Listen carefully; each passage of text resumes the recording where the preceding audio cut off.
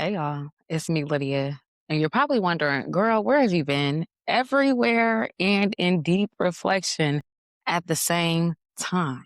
The last five-ish, almost 6 months have been quite the journey. And I've had to decide and choose to take a step back so that I could sit with myself, become more in love with myself, seek understanding in all of the things. You're probably like, Lydia, wow, that's a lot.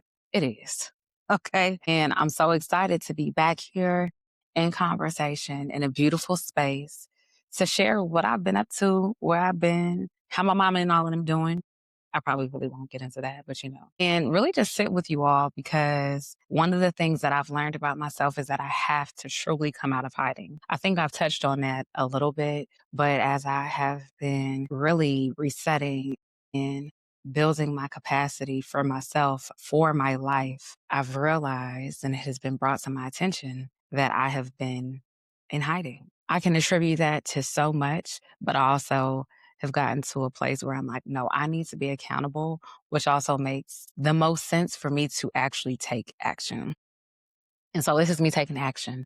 This is me showing up in my fullness and finding new ways to do that as I have sat with myself because I realize that I've been compartmentalized. I have been in survival mode and just doing the things that I thought were best, but not really the most beneficial to my well being, how I've shown up in spaces, how I've managed to get through things. And so this is my reset as Lydia T. Blanco, as a lover girl, creative, all of the things, as a Black woman, okay, with a little bit of spice because I deserve that. And I think that in being who I've been called to be and who I am can be beneficial to others along their journey as well. So thank you for being here. Thank you for riding with me. Thank you for sticking around during moments of pause and still leaning in. I'm grateful for that. And I'm grateful for you. I took some notes because it has been a while and I'm like, all right, Lydia, where do we want to go with this? For me, I've been coming home to myself and reestablishing what sanctuary means. I am known as a journalist, a storyteller, a creator, right? With this podcast and just content that I've created with Love Lydia Wednesdays, all the things. And most recently, I became a small business owner, which is something that I'd been wanting to do for years. And it is focused around home. The name of my business is EMA. And the idea is that I, as a business owner, as an interior decorator, as a lifestyle enthusiast, and helping people redefine home, in some cases, heal their relationship with home through intentional design and conversation. I'm going to figure out a way to share more information about that with you all very soon. But EMA, IMAH, is the new business that I'm excited about. But more than the business, the process of getting started and taking action has been so healing for me, especially as I talk about coming home to myself, because there's been so many conversations that I've had to sit with and have in therapy, in my journal, in reflection, and with others so that I could really become grounded, right? And be in a position to give as I build as well. And slow and steady definitely is winning the race at this point in my life. You know, I really have been choosing to live. I say that very transparently. And before I alarm anyone, I have not considered or had the thought of hurting or harming myself. But because so much life has happened, I have had to actively choose to live in gratitude, in abundance, understanding, my faith, forgiveness, peace, so on and so forth. Like the list goes on, but that is what I mean when I say I have been choosing to live. I have experienced a lot of transition since you last saw me on camera. Okay. I launched EMI the first week of March. Super excited about that. Also, that was very much so the top of the new year. 2026 started and I was very enthusiastic about what it is that I had my eyes set on. I also had my eyes set on home ownership. I knew at the time that I wanted to be able to establish myself and my family and my loved ones in a way where I actually had somewhere to commune and gather that was mine and in turn theirs. Right. And so That did not happen. And that's a story for another moment. But y'all, 2026, and I have been going toe to toe. But I also have learned not to complain. Okay.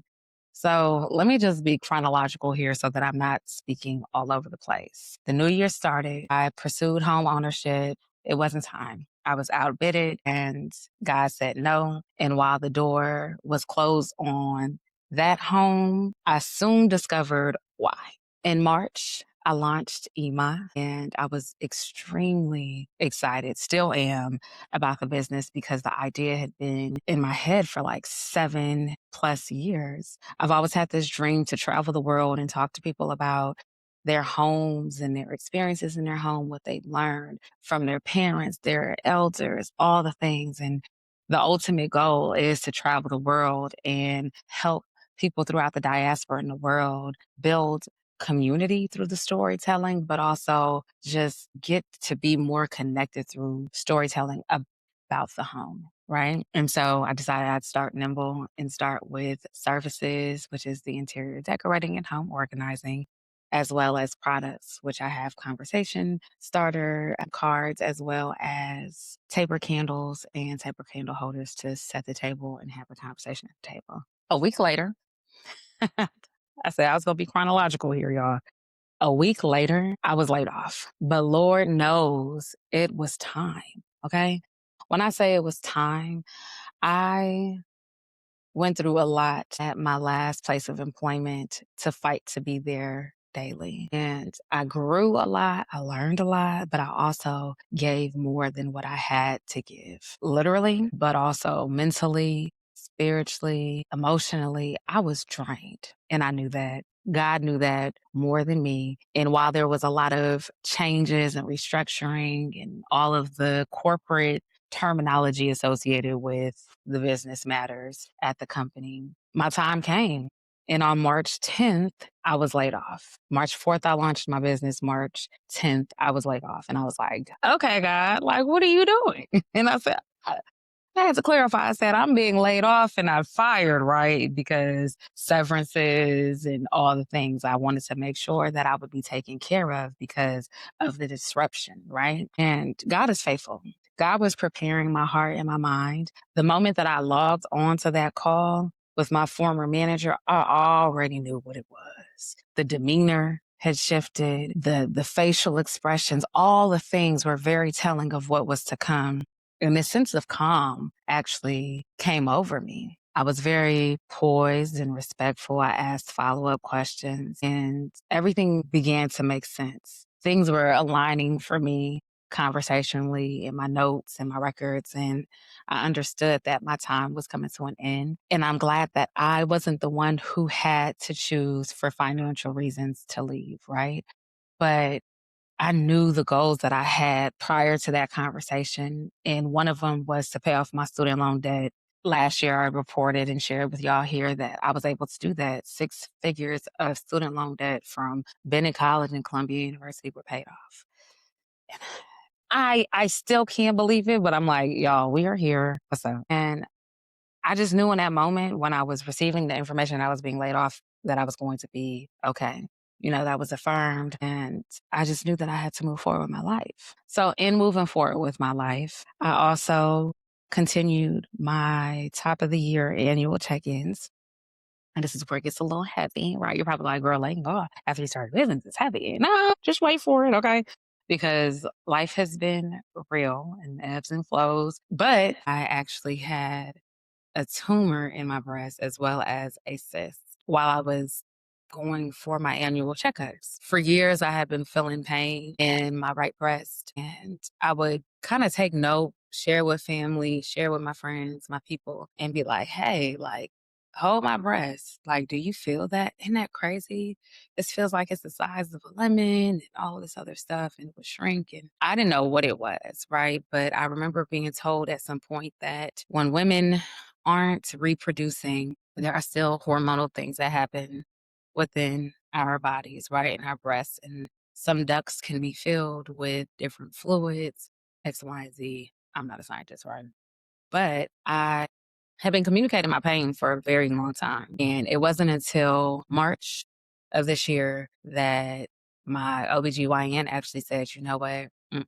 This feels a bit more normal than what I've monitored before. Fast forward, I went through a series of tests, a series of doctor's appointments. Even though I was not and still am not employed, I realized that all of my doctor's appointments soon became my job. And I will be quite honest with you all, like, I felt like I was on a mission to just like save my life and figure it all out. I had about 5 mammograms, a biopsy, and series of tests, genetic testing, blood work, stress tests, heart, cardiac stuff, like all the things.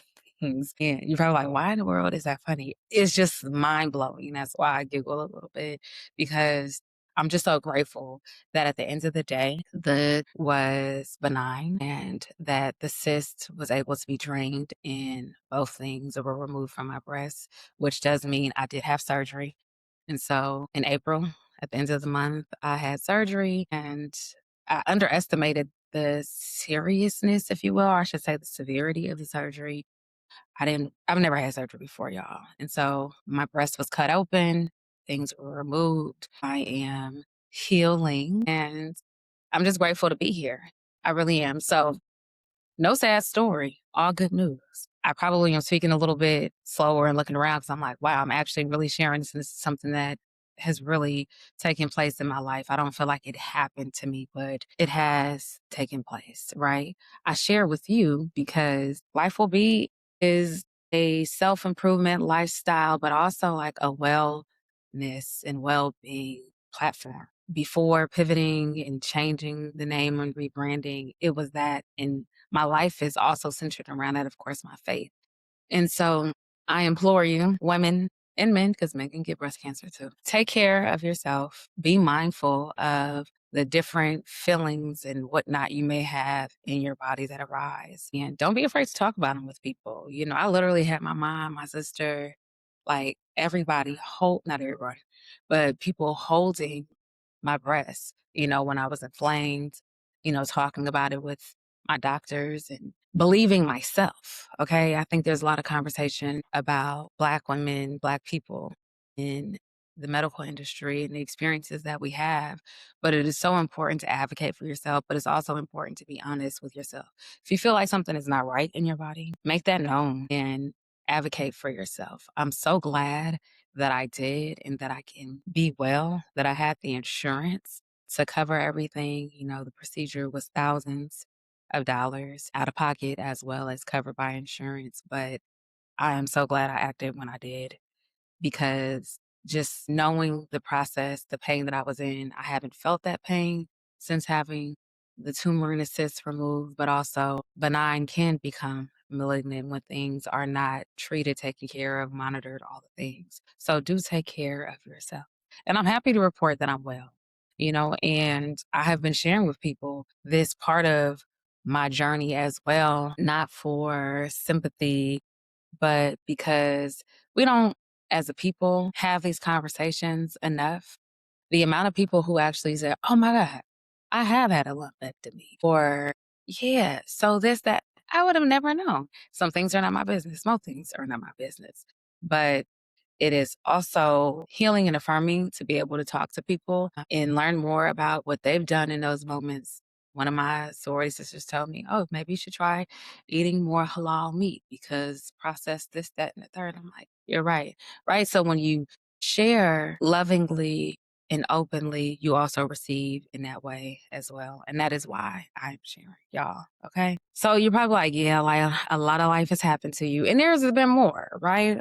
But I only want to share what is instrumental in helping someone else through. So I'll just stop there, at least with the health stuff, right? I've also been reading. I've vacationed a ton. I shouldn't say a ton, but a good amount, right? And I've really been leaning in to the lover girl that I am, y'all. Always talk about like romanticizing your life, the candles, the solo dates, the journaling, taking care of yourself. But for me, like I am truly setting the table for myself in my life. And that means being very mindful about who is invited to the table, how I give and how I receive, but also just being extremely soft with myself. I've experienced a lot of harshness and rigidity in my life, and I still love, I still give, still not perfect. Don't think I ever will be. Don't have that expectation of myself, but I'm being honest about my needs, and that is something that makes me all the more human to myself because for so long I lived like I did not have needs. And I think that is something that came up from childhood, just my pursuits and, the things, places, and people who I may have been interested in did not acknowledge or establish the fact that I have needs. And we all have needs. Babies cry, they don't know exactly how to communicate, but maybe they are communicating, they have a need, right? And so in life, when I look back, I'm like, I responded this way, I reacted that way, I thought this, I did that, because not only did I have a need that was unmet, I didn't know how to communicate that I had needs. And as I lean into like my softness and all the things, and I know I present a certain way, and it's not that I have this representative that is showing up, but I realized that I have to stop compartmentalizing, right? And just be who I am fully so that I can be soft, so that I can be gentle, so that I can be the lover that I am. And if you know me, you know I love bell hooks. And one of my favorite books by her is all about love, where she talks about having a love ethic. I've really been practicing that as of late and leaning into that because it's what I need as well. Okay. So much. Okay. And so I'm excited to be back on camera. This is a good challenge for me, being able to locate a space and just be myself and flow. There's so much that I'm looking forward to sharing, but I think more than like being planful for what's next to come conversationally, who I'm going to be in conversation with, I'm excited about being myself and coming out of hiding. I know that I sound a certain way, I look a certain way, but back to that point about hiding and then the other point about being compartmentalized, like, I'm sick of that. Like, I am sick of not feeling like I'm winning or like I'm in a position to win because of who I've had to be in order to move my life forward, be it financially or whatever the case may be, like just being in survival mode. Can you resonate? Like, am I talking to anybody? I'm in a room by myself, but I am like, what's up? Like, I have been, and I'll say the word accused, and misunderstood and misperceived for being who I am, right? I'm in moments where I've kind of like leaned out of things because I wasn't sure if I was safe or if I could trust. And in moments where I've just been like my big self. I've been big for so long and I've also been quiet for so long. And I'm just like ready to come out of it. Like, I have to come out of it for my own well being. You know, I've shared this affirmation for so long because I feel like it applies to different areas of my life, regardless of the category, right? But I'm worth being known, loved, and kept. I think I've said that affirmation out loud and have shared it as it relates to people, places, and things. But I'm in a season in my life where I am truly saying that to myself. Like, I am worth knowing, loving, and keeping. Lydia, girl, you have to know, love, and keep yourself as well. And it has nothing to do with the aesthetics and like the basic things in life. I'm talking about like that deep knowing, that deep loving and keeping and doing the work in order to be able to really show up for myself in that way. And so this is a part of that. Coming out of hiding, being transparent and conversational, like, I need that for myself. I've always envisioned this for myself. And let me clarify, not solely for me and my satisfaction alone, but because I am a storyteller. My mission is to build community through storytelling. And for so long, I wrote myself and my own story out of that equation because of my fear of being seen, my fear of being perceived as too much and too big and too this and too that. Y'all, okay, well, I'm back. You know what I mean? And so I'm ready for newness. I'm ready to experience myself in a new way, to share in a new way. And that starts right now. that starts today. So thank you for being here, for listening with your heart, for being open and all the things. Like it is time. It really is time. And I know I've shared a lot, catching you all up, but the thing that I will leave you with is that I have done a lot more with less. And that is a fact, but also affirming because so many of us have. And so when I think about where I'm at and what I'm looking forward to, as you think about what it is that you're looking forward to and where you are at, I hope you remember the times where you have done more with less and allow that to serve as encouragement and help you to renew your enthusiasm about life and all that is to come because it ain't easy. But I think that we are worth it. We owe it to ourselves to live in the light and in this moment of our lives. You feel me? Abundantly and truly and prosperously, like prosperously. Okay. And so, yeah, more is to come. More is to come and consistently. So I'm looking forward to it. And I hope you are too. Thank you for being here. Thank you for your support. Okay. Peace.